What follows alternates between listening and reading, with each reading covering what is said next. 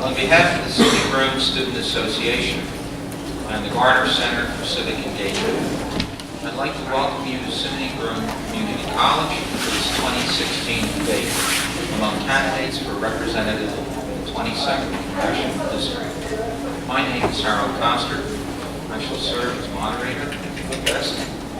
The seat has been vacated by the retirement of three-term Congressman Richard Hanna, and the candidates on our stage are closest to me, Claudia Tenney, in the middle. I guess we don't like the balloon with the sandwich. Is Kim Myers, and farthest left from me, Martin Babbitt. The 22nd Congressional District covers all of Madison, Portland, Chenango, and Oneida counties, and parts of Oswego, Broome, Herkimer, and Tioga counties. It stretches from the Pennsylvania border from the south to the shores of Lake Ontario in the north. SUNY Broome has a tradition of hosting significant debates for political office, and I congratulate all of the candidates and the audience for participating in the free and open exchange of ideas concerning the future of our nation. Such dialogues are essential to nourishing a democratic republic. Okay, the ground rules that we have for today. We have limited time and much ground to cover, so I request that the audience refrain from any outbursts or interruptions of the candidates. That'll allow us to move on. The opening statement from each candidate will be 3 minutes. The candidates have been provided a number of questions, and we shall offer 3 minutes to each candidate to reply to questions asked by me. Our timekeeper, seated in front, will raise a yellow card when 30 seconds remain and a red stop card at the conclusion of allotted time. I'll try to leave time for some questions directly from the audience to the candidates. We would like to give priority to students for those questions. They should be short. Please be concise in your questions from the floor. Again, we have limited time. Each candidate will have 1 minute to respond to these questions from the floor. Finally, each of the candidates will offer closing statements of 2 minutes each. When the debate concludes, I request that the candidates and the audience please clear the theater immediately, as the class will begin at noon. Discussion may continue in the lobby outside, and I'm sure there will be lively discussion. For those who have not yet done so, voter registration is available outside the theater, courtesy of the SUNY Broome Student Association. The cutoff date for registration in New York is October 14th. And now to our debate. We begin with opening statements. The first statement would be by Mr. Babbitt, and then we'll proceed with the other two candidates, Myers and Tenney. And with each of the rounds, we will rotate to the next person to begin. Mr. Babbitt, you have 3 minutes. Thank you for inviting me. It's really a pleasure to be here at Broome County Community College. I am from the northern part of the district, just east of Utica. My hometown is Little Falls, and I'd like to share a little background about what got me here and what I would do for you as Congressman. Growing up in Little Falls and attending public schools, I'm pleased to say after high school I went to Herkimer County Community College. And it was the right place for me at that point in my life, so I can appreciate what a community college is about, and it certainly made a difference for me. Following Herkimer, I had the chance to go on to undergraduate work in Pennsylvania, where I met my wife, graduating from Shippensburg University, State College there, and then I went to working as a civilian for the U.S. Navy. My wife and I traveled the globe, working East Coast, West Coast, Pacific, Europe, had a wonderful time with the final assignment in the San Francisco Bay Area. When I got there, shortly thereafter, I decided to leave the Navy as a civilian and began the journey to be an entrepreneur. Starting a company, the mission of that company, actually helping small businesses with all their headaches of being an employer. Started that company, my wife and I, 28 years ago, and it's been quite a journey. We learned a lot, and the company has grown to be pretty large and successful. Today we serve more than 11,000 small businesses around the country. It's a public company listed on the New York Stock Exchange. Along this journey, I actually moved back from Silicon Valley to my hometown, Little Falls, because my wife and I wanted to raise our kids there. The area meant a lot to us. And as we came back, I started doing a commute, not realizing that commute would end up being 10 years. I had the opportunity to think a lot about the difference between my two worlds of Silicon Valley and the Mohawk Valley. And that's when I started this path to help others create jobs. So in 2010, when I finally began staying permanently in the Mohawk Valley and stopped the commute, I began a nonprofit that has as its mission helping our next generation of entrepreneurs start companies in these newer industries and then having the chance to see the creation of more jobs take place. We've done a lot over these last 6 years. I've helped hundreds of entrepreneurs in these new industries, laying the foundation for thousands of jobs. And that is a big reason I'm running for Congress. Many of you are aware that I'm running as an independent, taking no special interest contributions from political action committees, and concentrating on getting the message out of what we can do to help the next generation create more jobs here in upstate New York. Thank you, Mr. Babinick. Now, Ms. Myers, your opening statement, 3 minutes. Thank you very much, and I agree. Thank you so much for having us here. I'm the candidate that has the home field advantage, and I'm welcome to everyone coming here and appreciate you taking your time, even the students that I have the word that they're getting extra credit for coming. It doesn't matter why you're here, as long as you're here and you pay attention to what's going on in the world, that's a good thing. As I said, I'm Kim Myers. I'm running for Congress for the New York 22nd District. I was born and raised here in Broome County. I've lived here my whole life. I'll always be here. I was raised on the east side of Binghamton, and I was raised in a family business. My dad started with $300 that he borrowed from his grandmother that she literally had stored in her cookie jar on her kitchen table. He started a bait and tackle shop that was our life. That's what my siblings and I did day in and day out, is we worked at the store. It didn't have any other name for us because there was no other store that mattered. We were just going to the store, where we had to work Saturday at the store.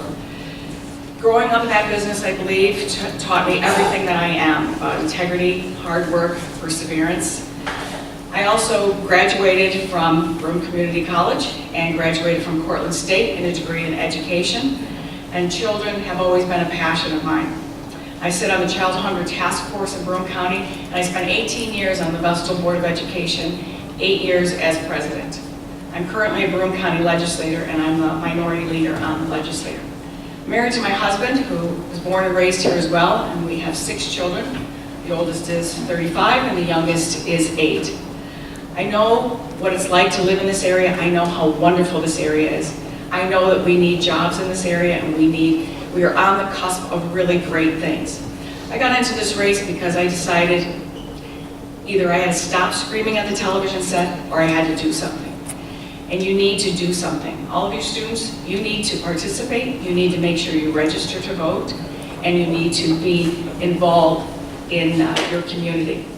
I've always been involved in our community, whether it be as a mom with PTA, Little League, and all of those type of things, or as I said, on the school board, trying to do the right things for students, because I know education is the most important thing. Along the way there, I also had my own small business that I was the sole operator of. So I know what it's like to have and grow a small business and how to make that work. I appreciate all of you coming out here.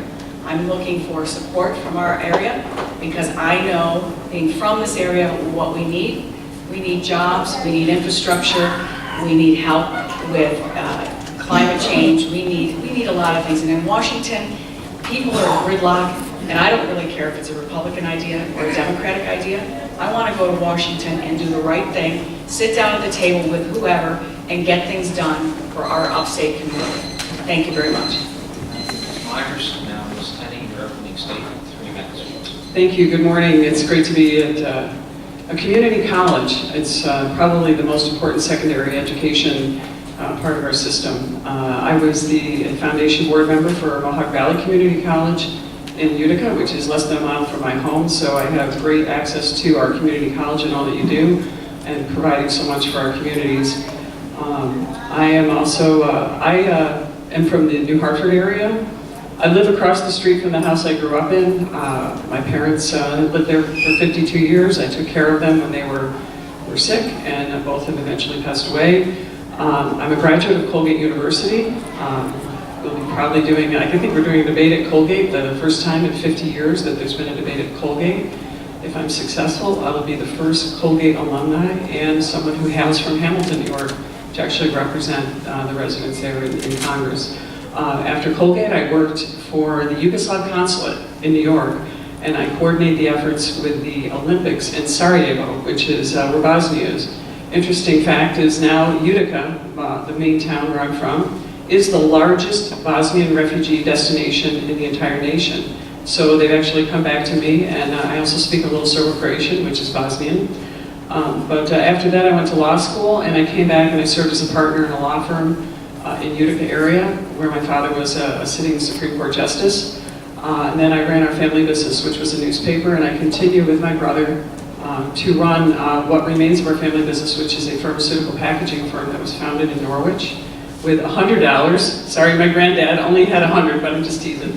But nonetheless, in those days, money was tight, and our business was founded then in New York, and it remains a New York business today. After 70 years, it's been a tough time in New York, but unlike my opponents, my business stayed in New York. We pay New York taxes, we produce all our products and services in New York, and one of the main reasons that I ran for Assembly was to protect our small business community. And the three most important issues that we're facing on the federal level is going to be the economy, our security, which deals with national defense, which is a prime role of the national government, the federal government, and corruption. And I think the hallmark of my career in Albany has been fighting corruption.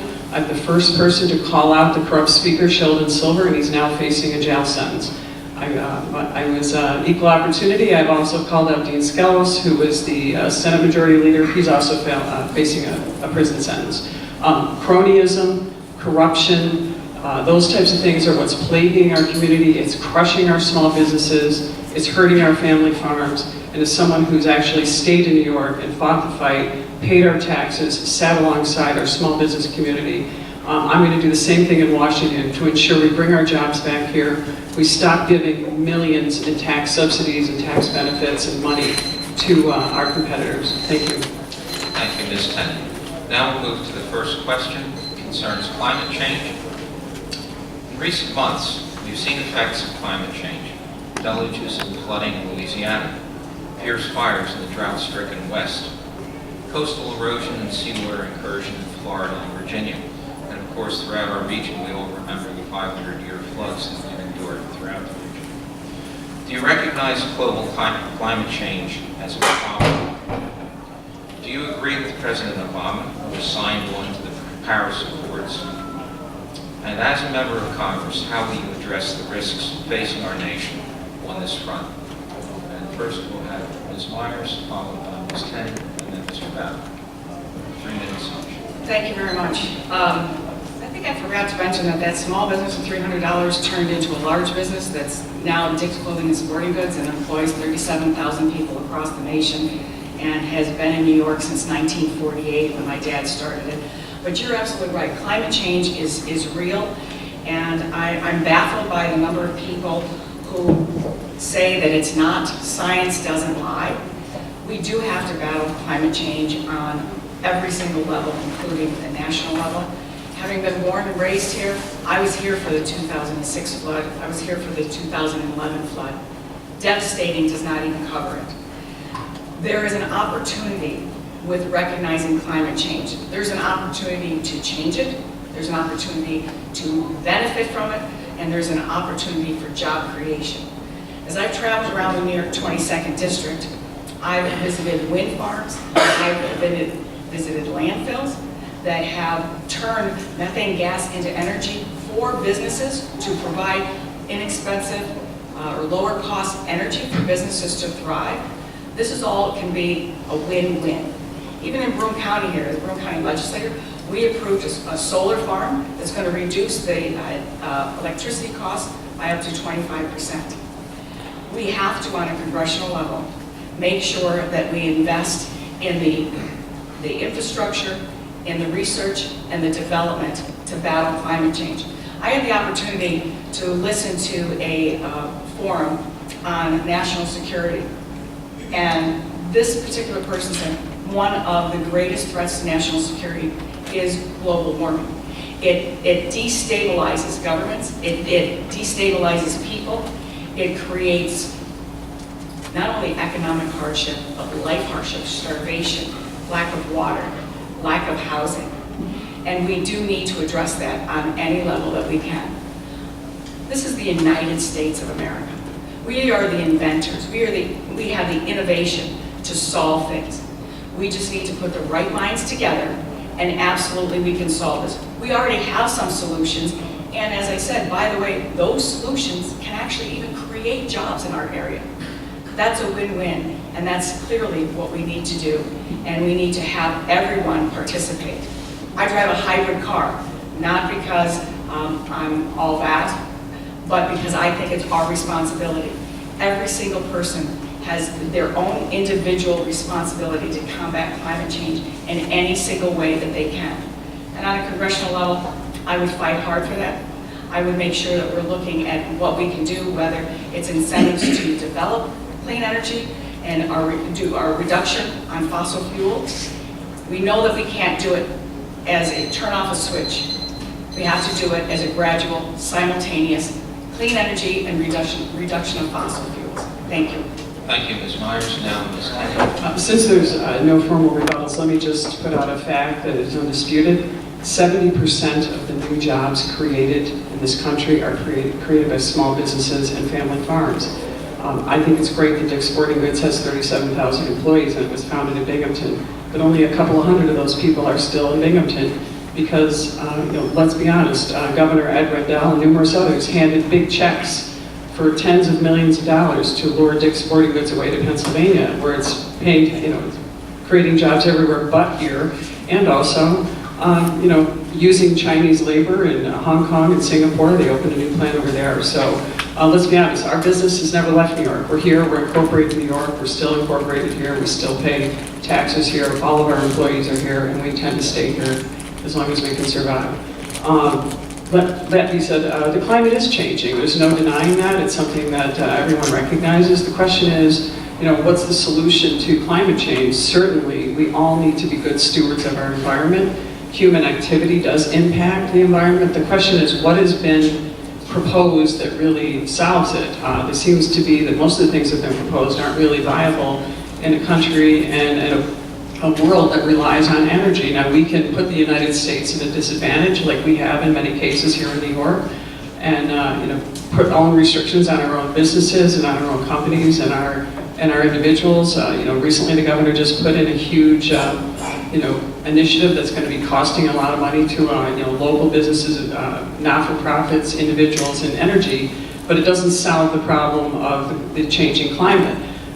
We have millionaires that walk around and talk about carbon footprints, but they're driving around and flying around in private jets to go to global, climate change events.